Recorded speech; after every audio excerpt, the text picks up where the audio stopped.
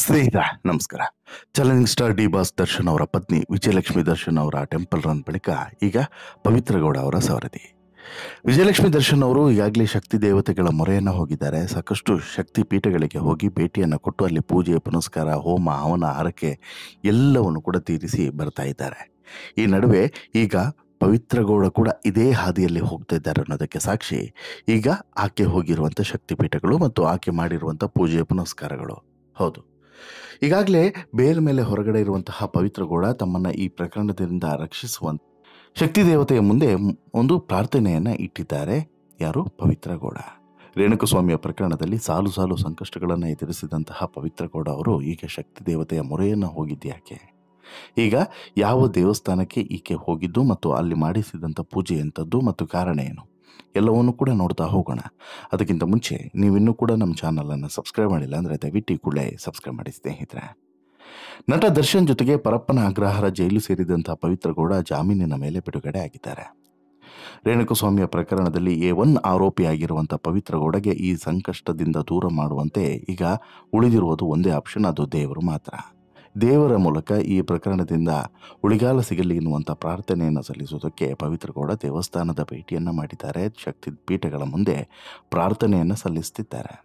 ಸೆರೆವಾಸದಿಂದ ದೂರವಾಗಿರುವಂಥ ಪವಿತ್ರ ಗೌಡ ಸದ್ಯ back to back temple ರನ್ಗಳನ್ನು ಮಾಡ್ತಾ ಇದ್ದಾರೆ. ಇತ್ತೀಚೆಗೆ ನಿಮಿಷಾಂಬ ದೇವಸ್ಥಾನಕ್ಕೆ ಭೇಟಿ ನೀಡಿದಂಥ ಪವಿತ್ರ ಗೌಡ ಈಗ ಬನಶಂಕರಿ ದೇವಿಯ ಮೊರೆಗೆ ಹೋಗಿದ್ದಾರೆ. ಬನಶಂಕರಿ ದೇವಸ್ಥಾನಕ್ಕೆ ಭೇಟಿ ಕೊಟ್ಟಿರುವಂಥ ನಟಿ ಪವಿತ್ರ ಗೌಡ ದೇವಿಗೆ ಸೀರೆ ಮಡಿಲಕ್ಕಿಯನ್ನು ಕೊಟ್ಟು ವಿಶೇಷ ಪೂಜೆಯನ್ನು ಸಲ್ಲಿಸಿದ್ದಾರೆ. ಮಂಗಳವಾರದ ದಿನ ಶಕ್ತಿ ದೇವತೆ ಬನಶಂಕರಿ ಅಮ್ಮನವರ ದರ್ಶನಕ್ಕೆ ಬಂದಂತಹ ಪವಿತ್ರ ಗೌಡ ವಿಶೇಷವಾದಂಥ ಪೂಜೆಯನ್ನು ಸಲ್ಲಿಸಿದ್ದಾರೆ. ಈ ಪೂಜೆಯ ಮೂಲಕ ತನ್ನನ್ನು ರಕ್ಷಿಸು, ಈ ಪ್ರಕರಣದಿಂದ ಬಚಾವ್ ಮಾಡುವಂತಹ ಪ್ರಾರ್ಥನೆಯನ್ನು ಸಲ್ಲಿಸಿದ್ದಾರಾ ಅನ್ನುವಂತಹ ಪ್ರಶ್ನೆಯೂ ಕೂಡ ಎದ್ದಿದೆ. ಪವಿತ್ರ ಗೌಡ ಇತ್ತೀಚೆಗೆ ತಮ್ಮ ಫ್ಯಾಷನ್ ಉದ್ಯಮದ ಬಗ್ಗೆ ಹೆಚ್ಚು ಗಮನವನ್ನು ಹರಿಸಿದ್ದಾರೆ. ರೇಣುಕಸ್ವಾಮಿಯ ಪ್ರಕರಣ ನಡೆದ ಬಳಿಕ ಮೊದಲನೇ ಆರೋಪಿಯಾಗಿರುವಂಥ ಪವಿತ್ರ ಗೌಡ ಜಾಮೀನನ್ನು ಪಡೆದು ಹೊರಗಡೆ ಬಂದ ಮೇಲೆ ಬದುಕನ್ನು ಬದಲಾಯಿಸಿಕೊಂಡು ಸಾಗ್ತಾ ಇದ್ದಾರೆ.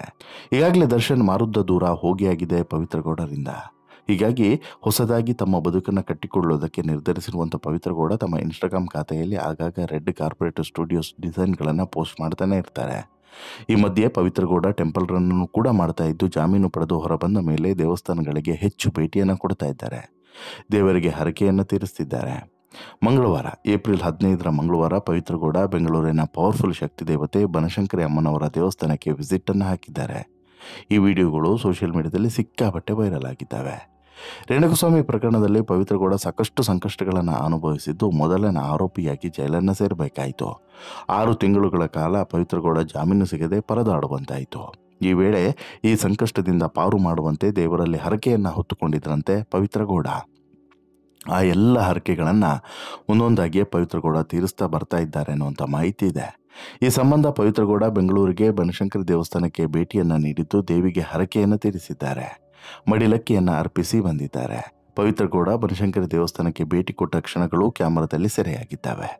ಈ ವಿಡಿಯೋದಲ್ಲಿ ಒಂದಷ್ಟು ಪೂಜೆ ಪುನಸ್ಕಾರಗಳನ್ನು ಮತ್ತು ಮಡಿಲಕ್ಕಿ ತುಂಬುವಂಥ ದೃಶ್ಯಗಳು ಸ್ಪಷ್ಟವಾಗಿ ಕಾಣಿಸ್ತಿದ್ದಾವೆ. ಜೊತೆಗೆ ಪೂಜೆ ಪುನಸ್ಕಾರಗಳ ಬಗ್ಗೆ ದೇವಾಲಯದ ಸಿಬ್ಬಂದಿಯ ಜೊತೆಗೂ ಕೂಡ ಪವಿತ್ರ ಗೌಡ ಚರ್ಚೆಯನ್ನು ಮಾಡಿದ್ದಾರೆ. ಹಾಗಂತ ದೇವಸ್ಥಾನಕ್ಕೆ ಪವಿತ್ರ ಗೌಡ ಭೇಟಿ ಕೊಡೋದು ಇದು ಮೊದಲು ಅಲ್ಲ, ಇದು ಕೊನೆಯೂ ಅಲ್ಲ. ಜೈಲಿನಿಂದ ಹೊರ ಬರ್ತಾ ಇದ್ದಂತೆ ತಮ್ಮ ಮನೆ ದೇವರ ಮೊರೆಯನ್ನು ಹೋಗಿದ್ರು ಪವಿತ್ರ ಗೌಡ. ಆ ದೇವಸ್ಥಾನದಲ್ಲಿ ಸ್ನಾನ ಮಾಡಿ ಪೂಜೆಯನ್ನು ಅರ್ಪಿಸಿ ಬಂದಿದ್ರು. ಅದಾದ ಬಳಿಕ ಪವಿತ್ರ ಗೌಡಗೆ ರಾಜ್ಯ ಬಿಟ್ಟು ಹೊರ ಹೋಗಲಿಕ್ಕೆ ಕೋರ್ಟ್ ಅನುಮತಿಯನ್ನ ನೀಡಿದ ಬಳಿಕ ಪ್ರಯಾಗ್ರಾಜ್ನಲ್ಲಿ ನಡೆದಂಥ ಕುಂಭಮೇಳಕ್ಕೂ ಕೂಡ ಹೋಗಿದ್ರು. ಅಲ್ಲೂ ಕೂಡ ಪವಿತ್ರ ಸ್ನಾನವನ್ನು ಮಾಡಿ ತಮ್ಮ ಅಪವಿತ್ರತೆಯನ್ನು ಕಳೆದುಕೊಳ್ಳುವಂಥ ಪ್ರಯತ್ನವನ್ನು ಮಾಡಿದ್ರು.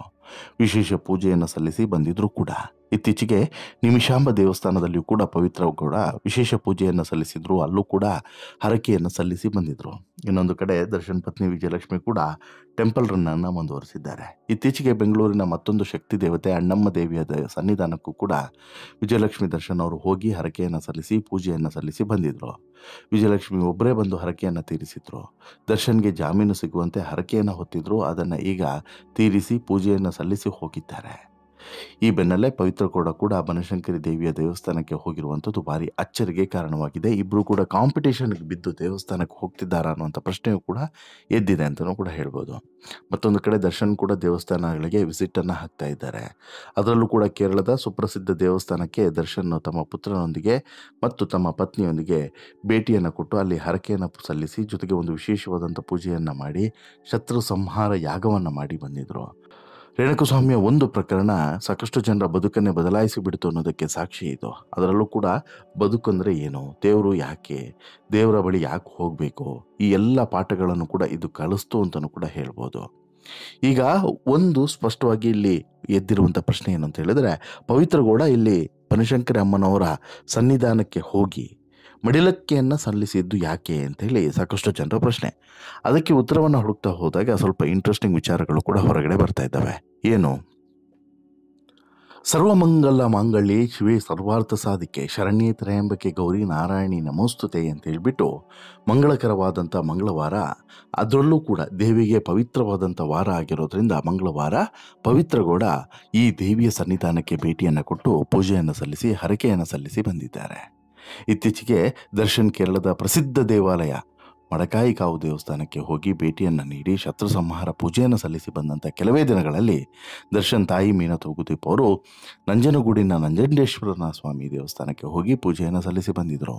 ಇದಾಗಿ ಕೆಲವೇ ದಿನಗಳಲ್ಲಿ ವಿಜಯಲಕ್ಷ್ಮಿ ಅವರು ನಗರದ ದೇವತೆ ಅಣ್ಣಮ್ಮನಿಗೆ ಹರಕೆಯನ್ನು ತೀರಿಸಿ ಬಂದಿದ್ದರು. ಇದೀಗ ದರ್ಶನ್ ಕುಟುಂಬದ ಟೆಂಪಲ್ ರನ್ನ ಬೆನ್ನಲ್ಲೇ ಪವಿತ್ರ ಗೌಡ ಕೂಡ ಟೆಂಪಲ್ ರನ್ನನ್ನು ಮಾಡಿದ್ದಾರೆ ಅನ್ನೋದಕ್ಕೆ ಸಾಕ್ಷಿ ಇದು. ಅತ್ತ ವಿಜಯಲಕ್ಷ್ಮಿ ಒಂದಾದ ಮೇಲೆ ಒಂದು ದೇವಾಲಯದ ದರ್ಶನವನ್ನು ಮಾಡ್ತಿದ್ರೆ, ಇತ್ತ ಪವಿತ್ರ ಗೌಡ ಕೂಡ ಒಂದಾದ ಮೇಲೊಂದರಂತೆ ದೇವಾಲಯಕ್ಕೆ ಭೇಟಿಯನ್ನು ಕೊಡ್ತಿದ್ದಾರೆ. ಇತ್ತೀಚೆಗಷ್ಟೇ ನಿಮಿಷಾಂಬ ದೇವಾಲಯಕ್ಕೆ ಹೋಗಿ ಅಲ್ಲೂ ಕೂಡ ಪೂಜೆಯನ್ನು ಸಲ್ಲಿಸಿ ಅಲ್ಲೂ ಹರಕೆಯನ್ನು ಸಲ್ಲಿಸಿ ಬಂದಿದ್ದಂಥ ಪವಿತ್ರ ಗೌಡ ಬೆಂಗಳೂರಿನಲ್ಲಿ ಪ್ರಸಿದ್ಧ ಬನಶಂಕರಿ ಅಮ್ಮನ ದೇವಾಲಯಕ್ಕೆ ಭೇಟಿಯನ್ನು ಕೊಟ್ಟು ಮಡಿಲಕ್ಕಿಯನ್ನು ಸಲ್ಲಿಸೋದು ಯಾಕೆ ಅನ್ನುವಂಥ ಪ್ರಶ್ನೆ ಎಲ್ಲರಲ್ಲೂ ಕೂಡ ಇದೆ. ಮಡಿಲಕ್ಕಿಯನ್ನು ತುಂಬುವುದು ಅಂತ ಹೇಳಿದ್ರೆ ಅದೊಂದು ವಿಶೇಷವಾದಂಥ ಹರಕೆ, ಮುತ್ತೈದೆಯರು ಮಾಡುವಂತಹ ಹರಕೆ. ಪವಿತ್ರ ಗೌಡ ರೇಣುಕಸ್ವಾಮಿಯ ಪ್ರಕರಣದಲ್ಲಿ A1 ಆರೋಪಿ ಆಗಿರೋದ್ರಿಂದ ಜೈಲು ವಾಸವನ್ನು ನಿರಂತರವಾಗಿ ಅನುಭವಿಸಿದ ಪರಿಣಾಮ ಜೈಲಿನಿಂದ ನನಗೆ ಮುಕ್ತಿಯನ್ನು ಕೊಡಿಸು ತಾಯಿ ಅಂತ ಹೇಳ್ಬಿಟ್ಟು ಜೈಲಿನಲ್ಲಿದ್ದಂಥ ಸಂದರ್ಭದಲ್ಲಿ ಆಕೆಯೂ ಕೂಡ ಪ್ರಾರ್ಥನೆಯನ್ನು ಮಾಡಿದರು ಮತ್ತು ಆಕೆಯ ತಾಯಿಯೂ ಕೂಡ ಪ್ರಾರ್ಥನೆಯನ್ನು ಮಾಡಿದರಂತೆ. ಆ ಕಾರಣಕ್ಕೋಸ್ಕರ ಒಂದು ವೇಳೆ ನನಗೆ ಈ ಜೈಲಿನಿಂದ ಮುಕ್ತಿ ಸಿಕ್ಕಿದ್ರೆ ನಾನು ಬಂದು ಮಡಿಲಕ್ಕಿಯನ್ನು ತುಂಬ್ತೀವಿ ತಾಯಿ ಅಂತಲೂ ಕೂಡ ಹರಕೆಯನ್ನು ಹೊತ್ಕೊಂಡಿದ್ರಂತೆ. ಮಡಿಲಕ್ಕಿ ಅನ್ನೋದು ವಿಶೇಷವಾದಂತಹ ಒಂದು ಹರಕೆ ಮತ್ತು ದೇವಿಯ ಸನ್ನಿಧಾನದಲ್ಲಿ ನಡೆಯುವಂಥ ವಿಶೇಷವಾದಂತಹ ಒಂದು ಆರಾಧನೆಯ ಕ್ರಮ. ಹೀಗಾಗಿ ಈಗ ಹರಕೆಯ ರೂಪದಲ್ಲಿ ಹೊತ್ಕೊಂಡಿದ್ದಂಥ ಈ ಮಡಿಲಕ್ಕಿ ಸೇವೆಯನ್ನು ಪವಿತ್ರ ಗೌಡ ಸಲ್ಲಿಸೋದ್ರ ಮೂಲಕ ದೇವಿಯ ಮುಂದೆ ಇಟ್ಟಿದ್ದಂಥ ಹರಕೆಯನ್ನು ತೀರಿಸಿದ್ದಾರೆ. ಈ ಮೂಲಕ ಇನ್ನು ಮುಂದೆ ಬರಬಹುದಾದಂಥ ಸಂಕಷ್ಟಗಳಿಂದನೂ ಕೂಡ ತನ್ನನ್ನು ಪಾರು ಮಾಡುವಂಥ ಪ್ರಾರ್ಥನೆಯನ್ನು ಸಲ್ಲಿಸಿದ್ದಾರೆ ಅನ್ನೋದು ಈಗ ಗೊತ್ತಾಗ್ತಿದೆ. ಸದ್ಯ ತಮ್ಮ ಮೇಲೆ ಬಂದಿರುವಂಥ ಸಂಕಷ್ಟಗಳನ್ನು ದೂರ ಮಾಡುವಂತೆ ಪವಿತ್ರ ಬನಶಂಕರಿ ದೇವಿಯ ಬಳಿ ಪ್ರಾರ್ಥನೆಯನ್ನು ಸಲ್ಲಿಸಿದ್ದಾರೆ. ದೇವಿಗೆ ಮಡಿಲಕ್ಕಿಯನ್ನು ಕೊಟ್ಟು ಪೂಜೆಯನ್ನು ಮಾಡಿಸಿದ್ದಾರೆ. ರೇಣುಕಸ್ವಾಮಿ ಕೇಸ್ನಲ್ಲಿ ಈಗಾಗಲೇ ಜಾಮೀನಿನ ಮೂಲಕ ಹೊರಗಡೆ ಬಂದಿರುವಂಥ ಪವಿತ್ರಗೆ ಮತ್ತೆ ಎಲ್ಲೂ ಸಂಕಷ್ಟ ಎದುರಾಗುತ್ತೆ ಅನ್ನುವಂಥ ಆತಂಕವೂ ಕೂಡ ಇದೆ. ಹಾಗಾಗಿ ಆ ರೀತಿಯಾದಂಥ ಸಂದರ್ಭಗಳು ಬರೋದು ಬೇಡ ಅನ್ನುವಂಥ ಪ್ರಾರ್ಥನೆಯನ್ನು ಸಲ್ಲಿಸಿದ್ದಾರೆ. ಅಷ್ಟು ಮಾತ್ರವಲ್ಲದೆ ಅಲ್ಲಿದ್ದಂಥ ಸ್ಥಳೀಯರು ಕೂಡ ಪವಿತ್ರ ಗೌಡಗೆ ಆಶೀರ್ವಾದವನ್ನು ಕೊಟ್ಟಿದ್ದಾರೆ. ಅಲ್ಲಿದ್ದಂತಹ ಮುತ್ತೈದೆಯರು ಪವಿತ್ರ ಗೌಡಗೆ ಆಶೀರ್ವಾದವನ್ನು ಕೊಟ್ಟಿದ್ದಾರೆ ಅನ್ನೋದು ವಿಶೇಷ. ಮಂಗಳವಾರದ ದಿನ ಈ ಪೂಜೆಯನ್ನು ಮಾಡಿಸಿರೋದ್ರಿಂದ ಮತ್ತು ಮಡಿಲಕ್ಕಿಯನ್ನು ತುಂಬಿರೋದ್ರಿಂದ ಸಹಜವಾಗಿ ದೇವಿಯ ಕೃಪಾ ಕಟಾಕ್ಷ ಈಕೆಗೆ ಒಲಿಯಲಿದೆ ಅನ್ನುವಂಥದ್ದು ಸತ್ಯ. ಆದರೆ ಒಂದು ತಿಳ್ಕೊಬೇಕು ಸ್ನೇಹಿತರೆ, ನಾವು ಮಾಡಬಾರ್ದೆಲ್ಲ ಮಾಡಿ ಕೊನೆಗೆ ದೇವರ ಬಳಿ ಹೋದರೆ ದೇವರಾದರೂ ಏನು ಮಾಡ್ತಾರೆ ಅಲ್ವಾ? ಇಲ್ಲೂ ಕೂಡ ಹಾಗೆ ಆಗ್ತಿದೆ. ಮಾಡಬಾರ್ದ ಕೆಲಸಗಳನ್ನು ಮಾಡಿರುವಂಥ ಇವರೆಲ್ಲರೂ ಕೂಡ ದೇವಸ್ಥಾನಕ್ಕೆ ಹೋಗೋದು, ದೇವರ ಬಳಿ ಹೋಗೋದು, ಅದೇನು ಪಾಪವನ್ನು ಕಳೆದುಕೊಳ್ಳೋದಕ್ಕೆ ಈ ರೀತಿ ಮಾಡ್ತಿದ್ದಾರೋ ಗೊತ್ತಾಗ್ತಿಲ್ಲ. ಮಾಡಬಾರ್ದ ಕೆಲಸಗಳನ್ನು ಮಾಡಿ ಈ ರೀತಿ ಹೋಗೋದ್ರಿಂದ ದೇವರಾದರೂ ಏನು ಮಾಡ್ತಾರೆ, ಯಾವ ರೀತಿ ಇವರಿಗೆ ಅನುಗ್ರಹವನ್ನು ಕೊಡ್ತಾರೆ, ದೇವರಿಗೆ ಗೊತ್ತು. ಏನಾದರೂ ಸ್ನೇಹಿತರೆ, ಒಂದಂತೂ ಒಳ್ಳೆ ಬೆಳವಣಿಗೆ ಏನು ಹೇಳಿ, ಅಟ್ಲೀಸ್ಟ್ ಈ ನೆಪದಲ್ಲಾದರೂ ಕೂಡ ಇವರಿಗೆ ದೇವಸ್ಥಾನದ ಬಾಗಿಲುಗಳು, ದೇವಸ್ಥಾನದ ದಾರಿಗಳು ಗೊತ್ತಾಯ್ತಲ್ಲ. ದೇವಸ್ಥಾನ ನಮ್ಮ ಸಂಪ್ರದಾಯ, ನಮ್ಮ ನಂಬಿಕೆ ಮತ್ತು ಪೂಜೆ ಪುನಸ್ಕಾರಗಳ ಬಗ್ಗೆ ಒಂದಷ್ಟು ನಂಬಿಕೆ ಹುಟ್ಟುತ್ತಲ್ಲ ಅನ್ನೋದು ಮಾತ್ರ ಖುಷಿಯ ವಿಚಾರ.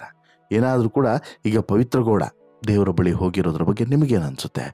ಈಕೆ ವಿಜಯಲಕ್ಷ್ಮಿ ದರ್ಶನ್ ಅವರ ಹಾದಿಯನ್ನೇ ಫಾಲೋ ಮಾಡ್ತಿದ್ದಾರೆ ಅಂತೇಳಿ ನಿಮ್ಗೆ ಅನಿಸ್ತಿದೆಯಾ? ದಯವಿಟ್ಟು ನಿಮ್ಮ ಅಭಿಪ್ರಾಯನ ಕಮೆಂಟ್ ಮಾಡಿ ತಿಳಿಸಿ. ಜೊತೆಗೆ ಈ ಸ್ಟೋರಿ ಇಷ್ಟ ಆಯಿತು ಅಂತ ಹೇಳಿದ್ರೆ ಲೈಕ್ ಮಾಡಿ, ಶೇರ್ ಮಾಡಿ, ಚಾನಲ್ಗೆ ಸಬ್ಸ್ಕ್ರೈಬ್ ಆಗೋದನ್ನು ಮರಿಬೇಡಿ. ಧನ್ಯವಾದ.